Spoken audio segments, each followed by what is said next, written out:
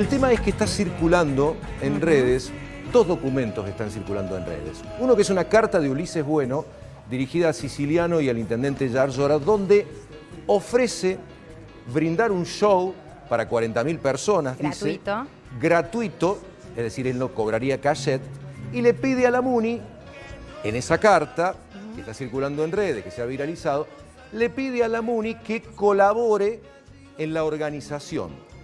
Y le dice que él trabaja con una productora, se llama Enjoy Producciones, Sí. y que sería bueno trabajar con eso.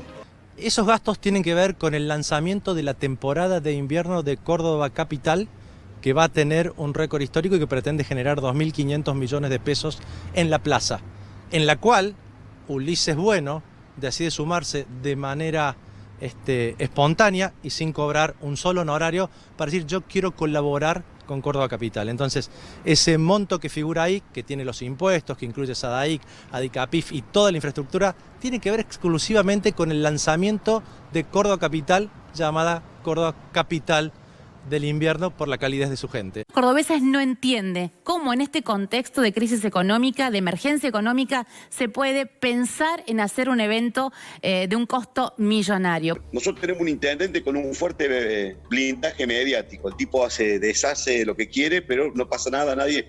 Pero la gente se hartó. Habían planificado para mañana un show de Ulises. El tipo supuestamente por una cartita había renunciado a los honorarios, pero había dicho que solamente actuaba si determinada empresa llevaba adelante la cuestión logística.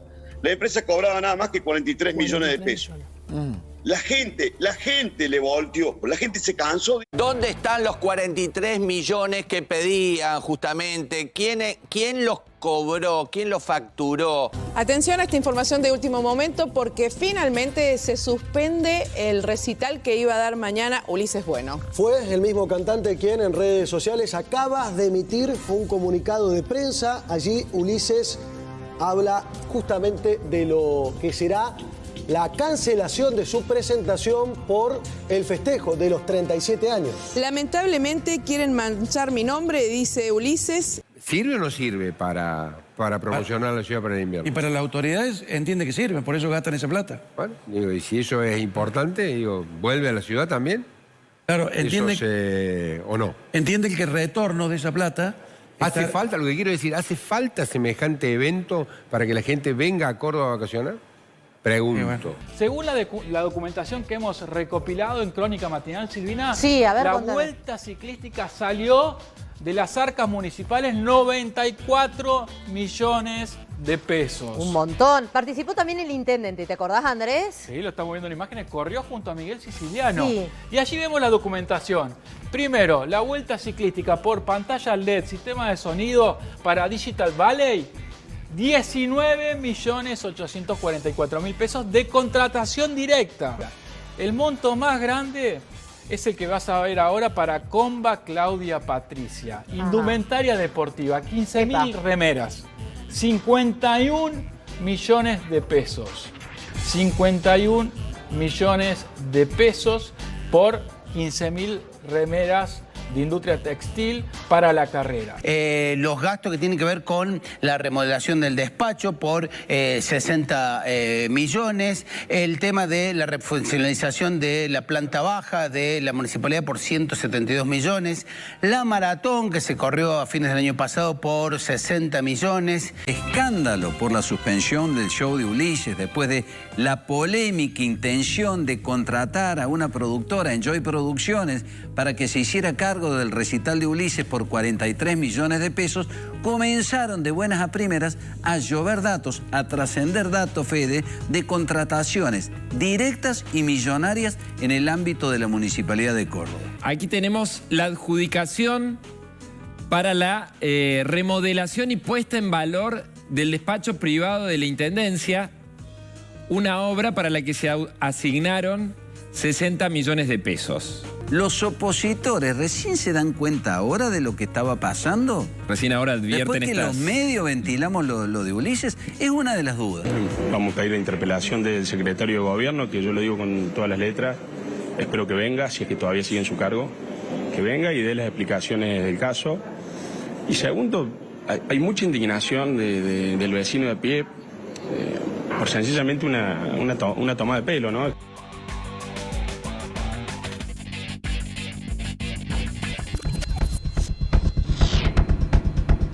¿Qué tal? Buenas noches, ¿cómo les va? Bienvenidos, esto es Redacción Abierta. Lo vieron recién en el tape de introducción. Parece que hubiera pasado muchísimo tiempo, pero ese raconto que hacíamos solamente ocurrió desde el jueves pasado, desde el jueves de la semana pasada, hasta hoy miércoles. Primero, fallido recital de Ulises. Después, la polémica que se generó en redes, la indignación que se mostró, los documentos que salieron a la luz durante el fin de semana, donde se conocieron otros gastos por parte del municipio y, por supuesto, las reacciones por parte de los opositores y las explicaciones del municipio. Primero, en un funcionario que hasta ahora no había aparecido mucho en los medios, que era el secretario de Turismo de la municipalidad, hablando y tratando de dar las explicaciones. Después, por parte del viceintendente a cargo del Ejecutivo. Bueno, vamos a tratar de desgranar un poco todo lo que ha pasado en esta semana que parece un año.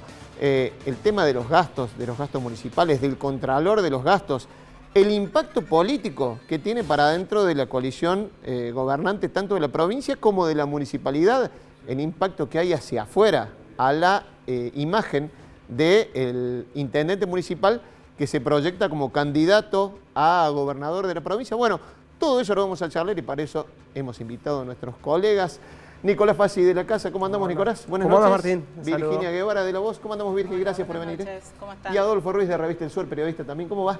Un gusto estar acá sentado. Bueno, Virginia, hacías un raconto un poco hablando de los ganadores, no los golpeados. Bueno, ¿cómo impacta esto? Vos que sos una analista política y que siempre estás mirando o poniendo el ojo ahí.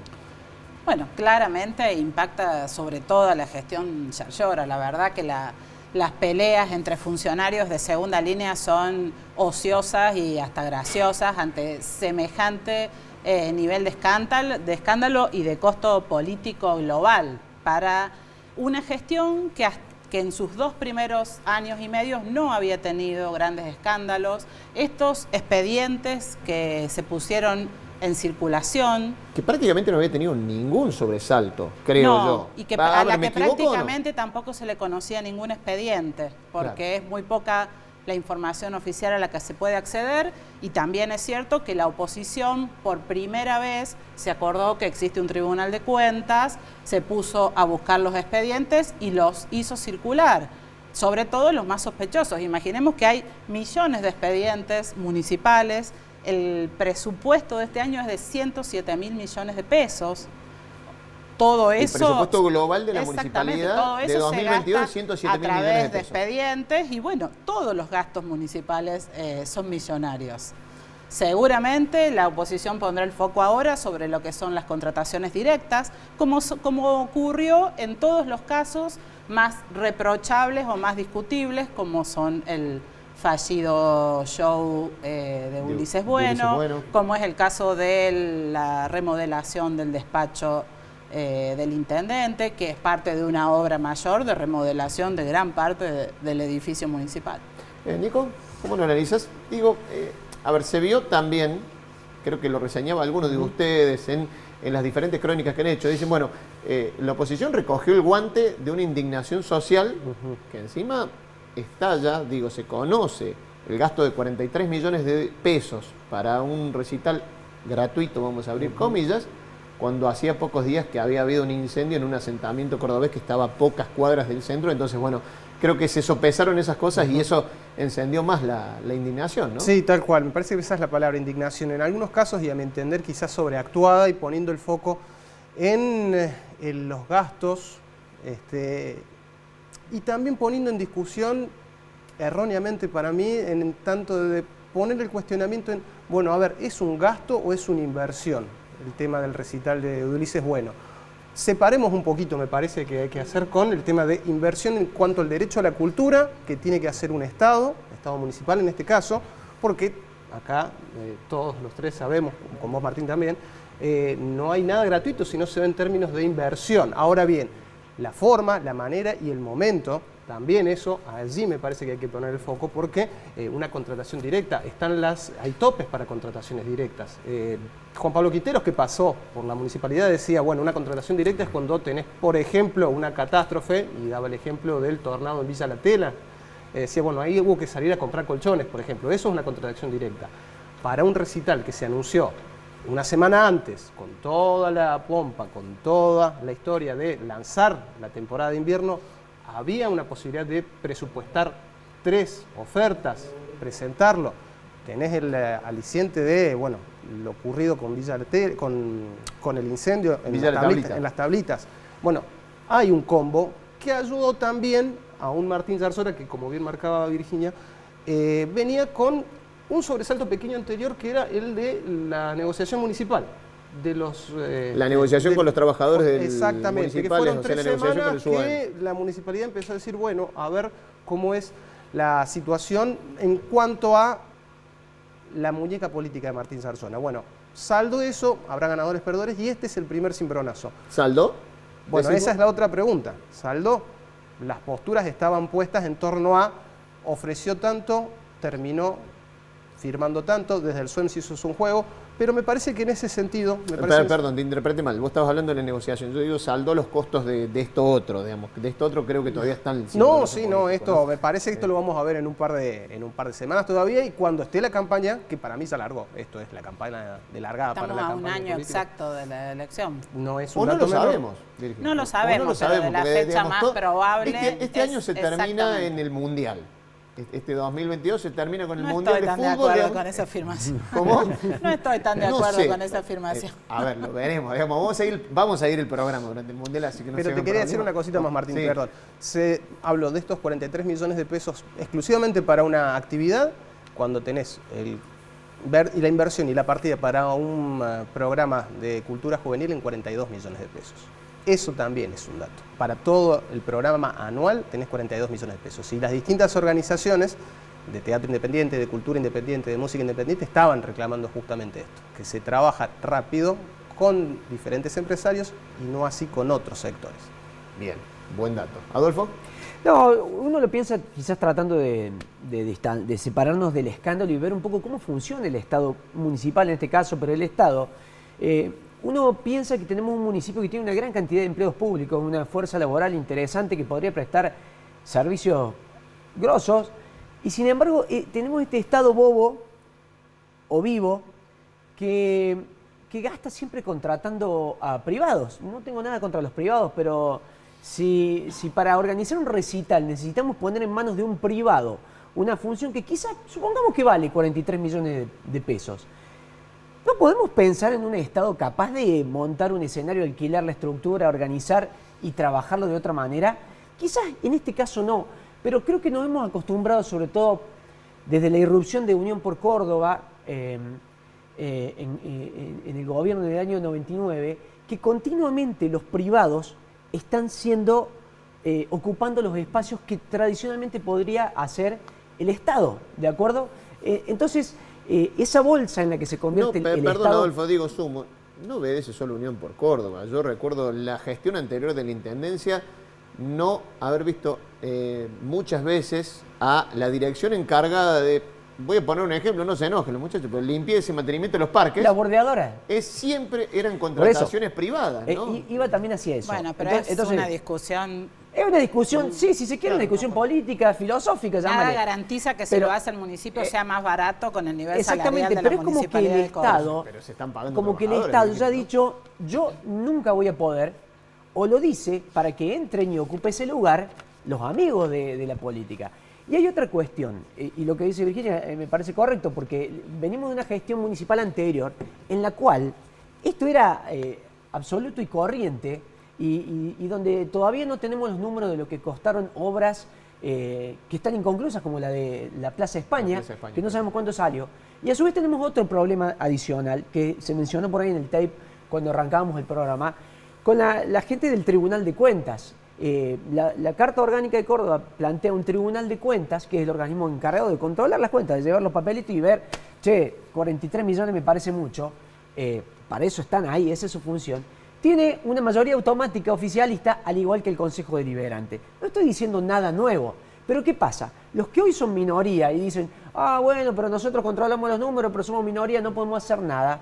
Ayer eran mayoría y hacían exactamente lo mismo con los otros. Entonces, te queda la sensación que los muchachos están pasando la pelota y lo que continúa son los negocios.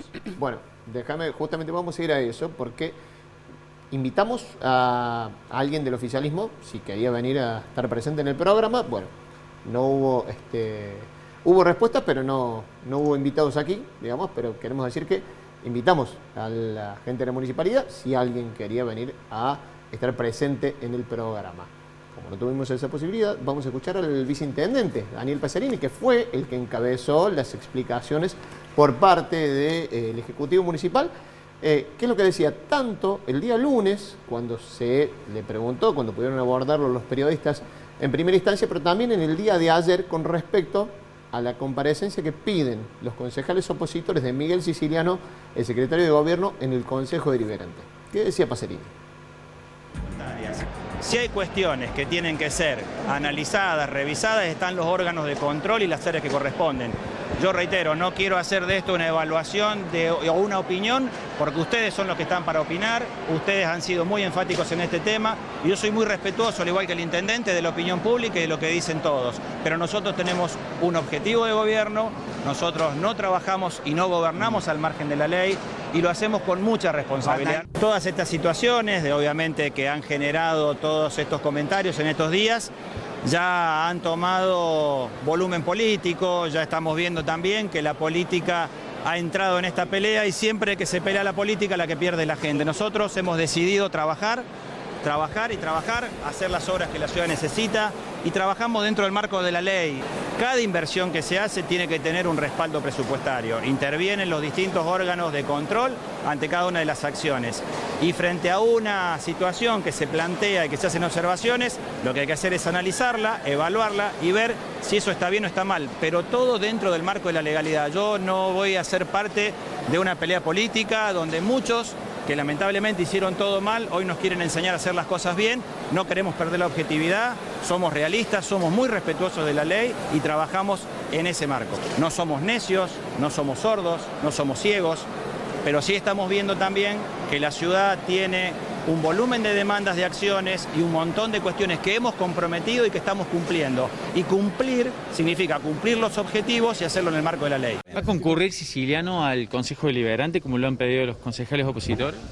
El Consejo Deliberante ha recibido, yo estuve hasta el viernes en el Consejo Deliberante a cargo, digamos, habían ingresado algunos pedidos de informes, entiendo que esta semana va a haber seguramente algunas acciones más, el jueves hay sesión y seguramente ahí se determinarán los pasos a seguir en cuanto a las respuestas que hay que dar en los distintos requerimientos, pero la verdad no estoy al tanto específicamente de cuál. ¿Hay decisión política de que dé explicaciones? La decisión política que tenemos del primer día es gobernar con responsabilidad, con transparencia y obviamente en ese sentido toda la información es pública, está a la vista y no tenemos nada que preocuparnos en cuanto a eso, en el sentido de que obviamente ha habido manifestaciones políticas, posicionamientos políticos, lo que sea de campaña se hablará en la campaña del año que viene, lo que sea de la gestión está todo a la vista y no tenemos ningún problema en hablar.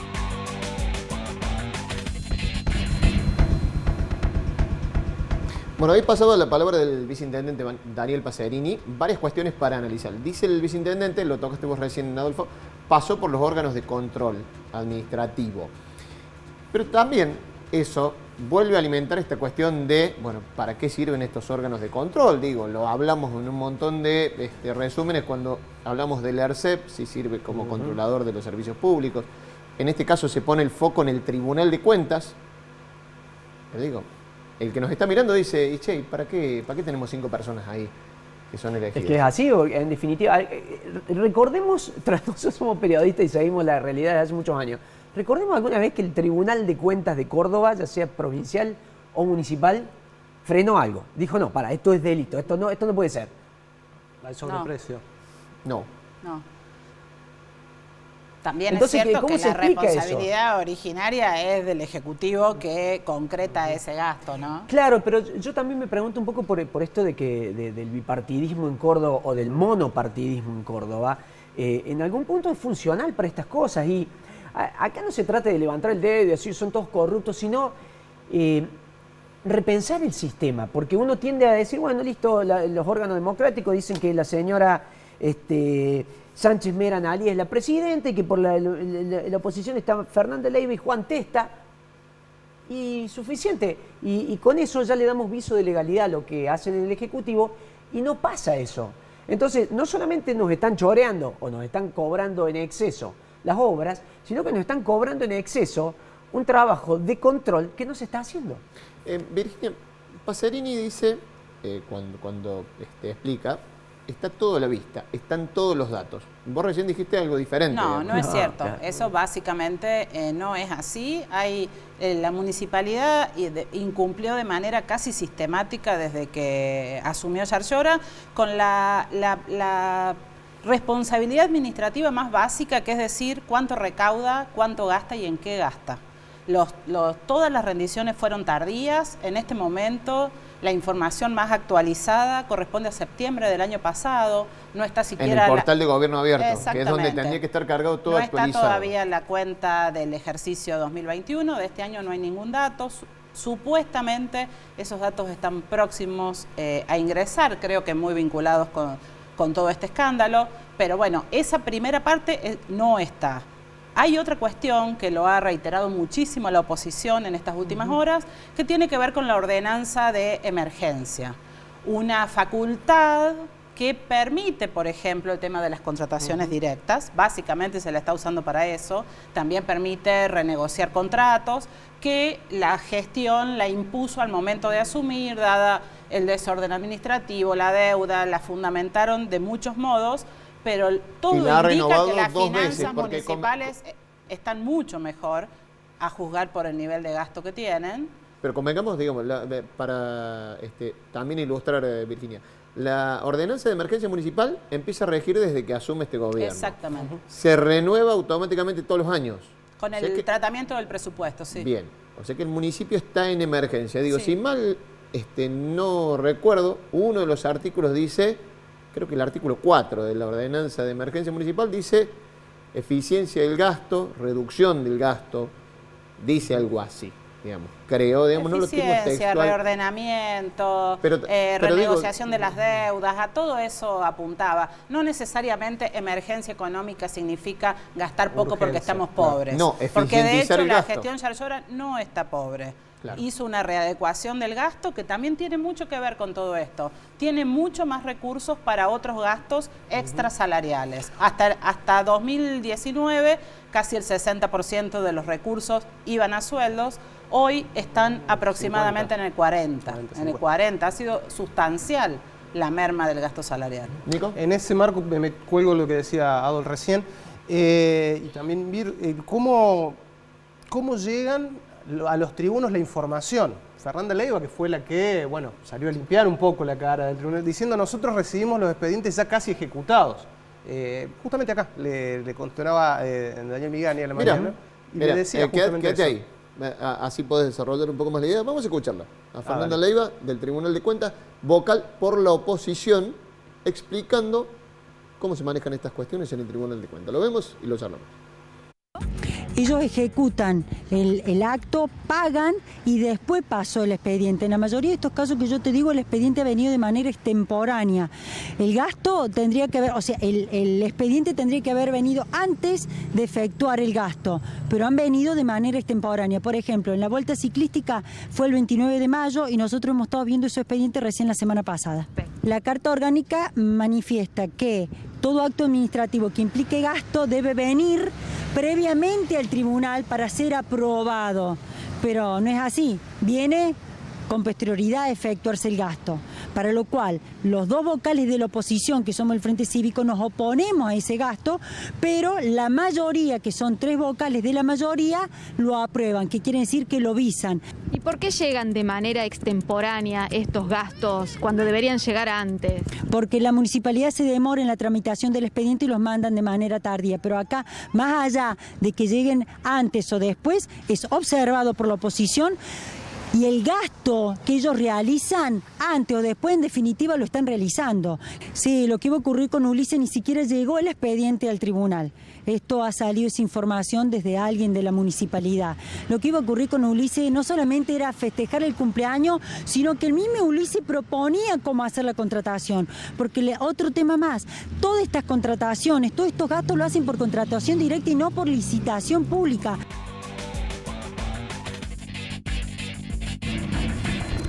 Ahora sí, te dejo seguir con la idea.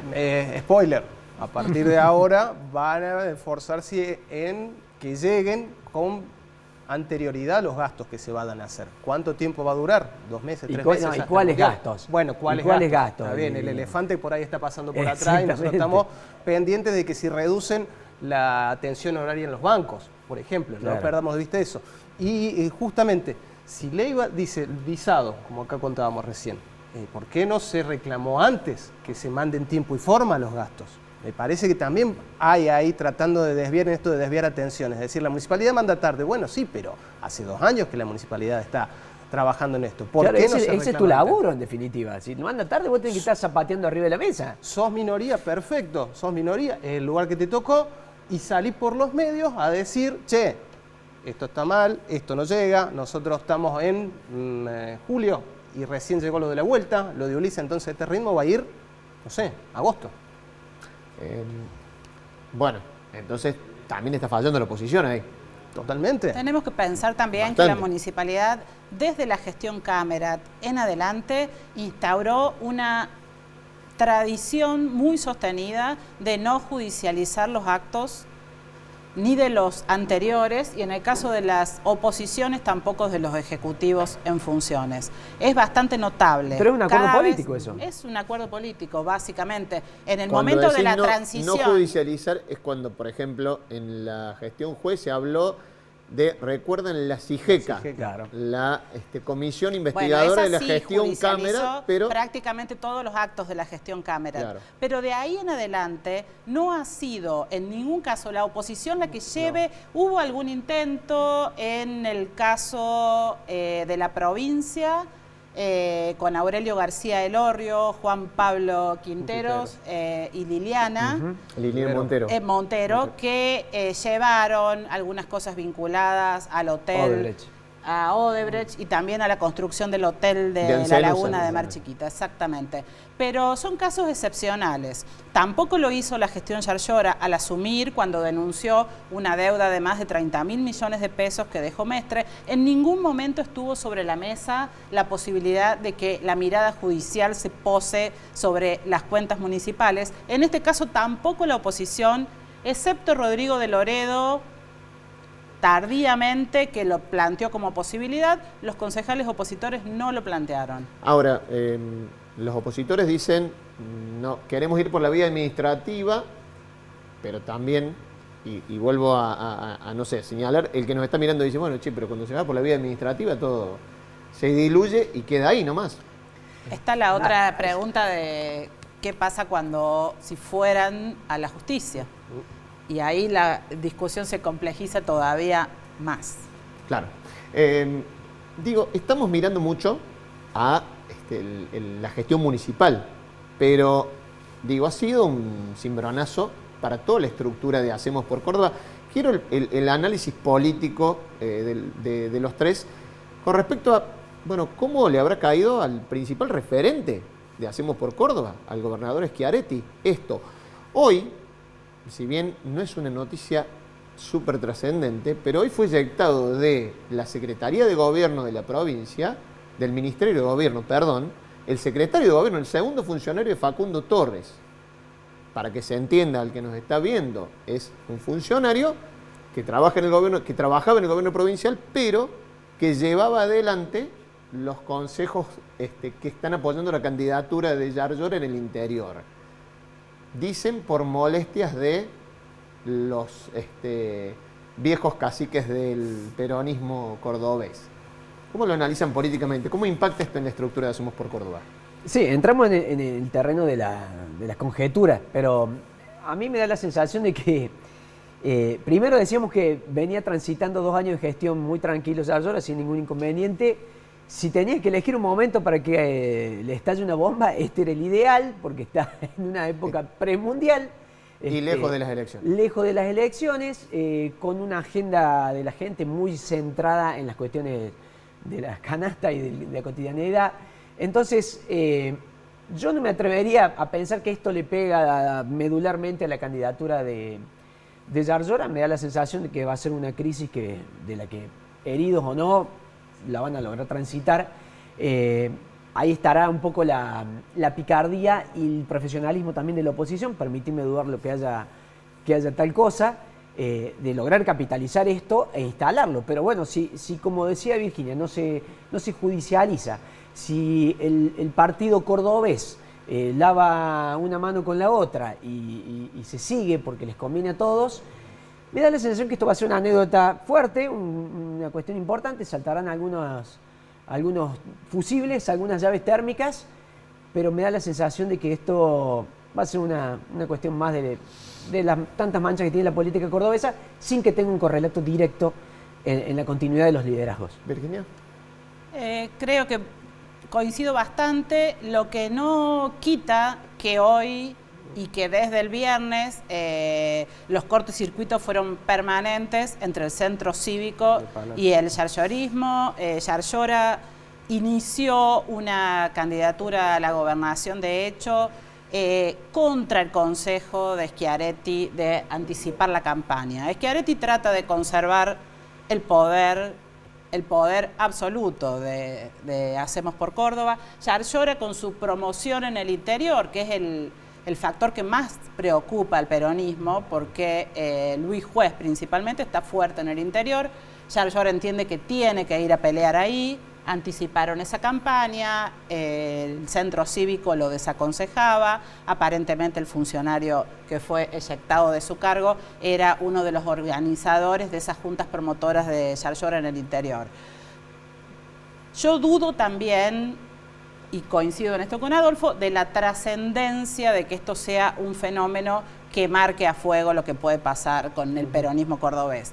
Pero sí creo que pone la mirada pública sobre la gestión Yarlora en un lugar muy diferente. Te añado algo más a lo que decía recién de cómo puede impactar o cómo impactó en la provincia, que trataron de bajar la espuma. Hoy estaba planteado en la legislatura, creo, el tratamiento de la modificación de lo que se llama la reelección, que normativo que piden modificar muchos intendentes y muchos legisladores también que quieren. Básicamente. Eso se aplazó también por los costos que tenía políticamente, ¿no? Sí, entre otras cosas. Aparentemente también hay ahí algún desacuerdo. Schiaretti no está dispuesto a hacerse cargo del 100% del costo político que implica esa medida, cuando también van a ser beneficiarios 70 intendentes de la oposición y unos cuantos legisladores. Aparentemente, si no hay un acuerdo sustancial, un apoyo sustancial, en especial del radicalismo, la ley no se va a aprobar. Nico. Agosto sería el mes para esto, que me parece que es, a la luz de lo que comentaban, me parece que es el dato, ¿no? Esta que venía cocinándose desde casi un año atrás, quizás desde noviembre, que en el interior y en algunas localidades pequeñas donde hay que salir a caminar, a repartir la boleta y esas historias, está haciendo un poco de mella. Coincido con Virginia en el hecho de que las juntas promotoras empezaron a hacer mucho ruido adentro del panel, mucho ruido. Coincido con Adolfo que esto es el terreno de la especulación, también esto es para el café, para la rosca. Esto se va a empezar a acrecentar a partir desde el viernes, está empezando a subir. Y me quedo con una sola cosita. Veíamos en el tape a Daniel Pacerini y atrás a Marcelo Rodio. Sí. Que a priori son dos, Pacerini seguro. Rodio también está terciando allí, junto a Siciliano, para ganar el favor o el don del gobernador de entrar en carrera. Ninguno de los tres a quien consultes dicen es momento de gestión, es momento de obras, ya hablaremos de candidaturas. Los tiempos se acortan, vos decías el Mundial, termina todo el Mundial, esto adelantó un poquito, seguirá durante el Mundial, mientras ojalá estemos festejando los goles. Me parece que esto va a seguir por atrás. Me parece que ese es un dato. Y el tema de la también, si no es por clamor, te diría, esto va a tardar más todavía en cocinarse. También está en el terreno de las especulaciones. Ya quizás, para aquellos que nos están mirando, uno dice, se mete también en la comidilla política de esto, sí, ¿de dónde salió? Están muy celosos en la municipalidad buscando el de dónde han salido estos documentos, y se habla de lo que comúnmente se dice como fuego amigo. ¿Qué creen ustedes? Y hay que ver quién es el herido acá, ¿no? Claro. Para empezar salen más heridos? Me parece que el herido es Siciliano. Quizás el común de la gente, el apellido Siciliano todavía no le suena, a la gente que no está... Pero Siciliano era probablemente el próximo intendente de Córdoba.